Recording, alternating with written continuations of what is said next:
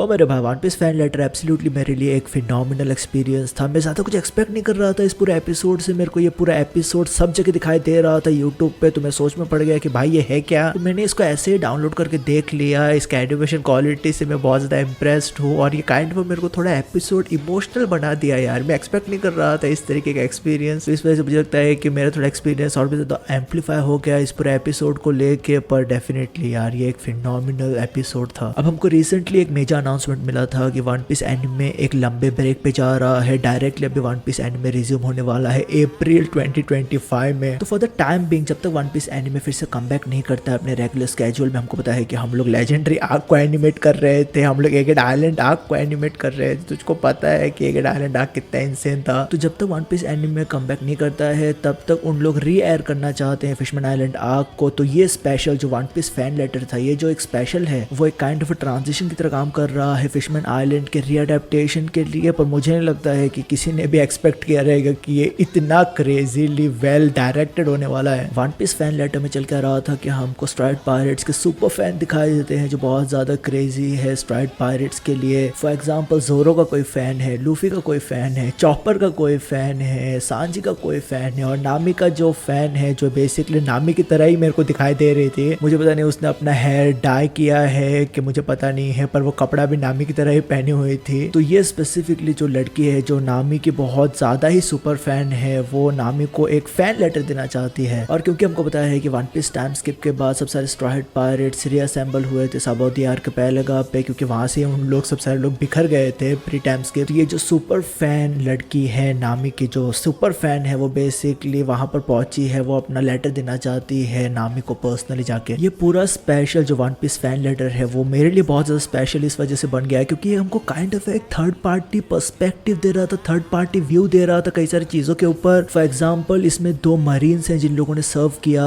था marine Ford arc में, और जो मरीन फोर्ड आर्क का जो सीन्स था यार इस पूरे फैन लेटर में एब्सोल्युटली इंसैनिटी मेरे भाई। It was fucking crazy man. मैं बिलीव नहीं कर पा रहा था कितना अच्छा दिख रहा था वो। लूफी के हमको कई सारे मोमेंट्स दिखाई दिए वहां पर। साइलेंस, जिस तरीके से साइलेंस को यूटिलाइज किया गया था इस स्पेसिफिक मरीन फोर्ड के डिपिक्शन में, वो बहुत ज्यादा इंसैनिटी था। क्योंकि पर्सनली मैं मतलब पूरे ग्रेविटी को समझ पा रहा था कि मरीन फोर्ड क्या था। ऑब्वियसली हमको पता है as a One Piece fan कि मरीन फोर्ड क्या था, कितना सिग्निफिकेंस था, वो सब सारी चीजें हमको पता है। पर जब मैं ये एपिसोड देख रहा था और 2 ये जो मरीन्स है जो बेसिकली भाई है, उनके जरिए से मुझे समझ में आ रहा था और भी कि ये कितना मैसिव था और कितना इंसेन ये पूरा आर्क था। क्योंकि हमको किजारू के बीम्स दिखाई दे रहे थे, आइस गिर रहा था, मिहोक और क्रोकोडाइल के बीच में फाइट दिखाई दे रहा था। छोटे छोटे मोमेंट्स थे पर छोटे छोटे मोमेंट्स ही मेरे को गूज़बम्स दे गए यार इस पूरे स्पेशल में। I like you know I really